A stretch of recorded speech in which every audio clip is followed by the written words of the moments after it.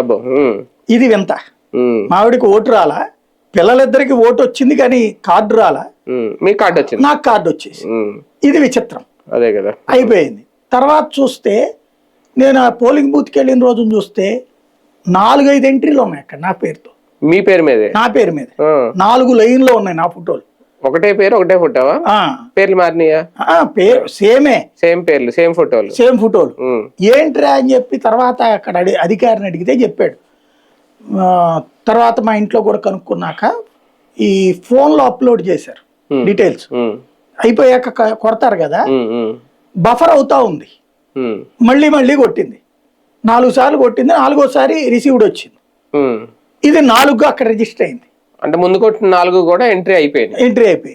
Card మాత్రం ఒకటే వచ్చింది. ఓటు 4 ఉన్నాయి అక్కడ లిస్ట్ లో, 4 ఉన్నాయి. ఇప్పుడు అది మిగతా 3 పోతాయి. అవును, అది మరి అయ్యే డబుల్ ఎంట్రీలు అంటే అయ్యే. ఎవడన్నా మనమే 4 ఓట్లు వేయమని అడుగుతామా వాడిని?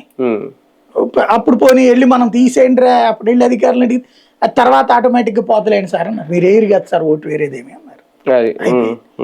ఇట్లాగే ఉంటాయి. బేసిక్గా ఏంటంటే చిన్న విషయాలు ఎక్స్పోజ్ చేసేటప్పుడు అతిగా చేస్తున్నాం, అసలు నిజాల్ని దాచేస్తున్నాం. ఇక్కడ పోయిన ఓటర్లలో మామూలుగా అయితే కనుక 30-40 లక్షల ఓట్లు ఇతర రాష్ట్రాల్లో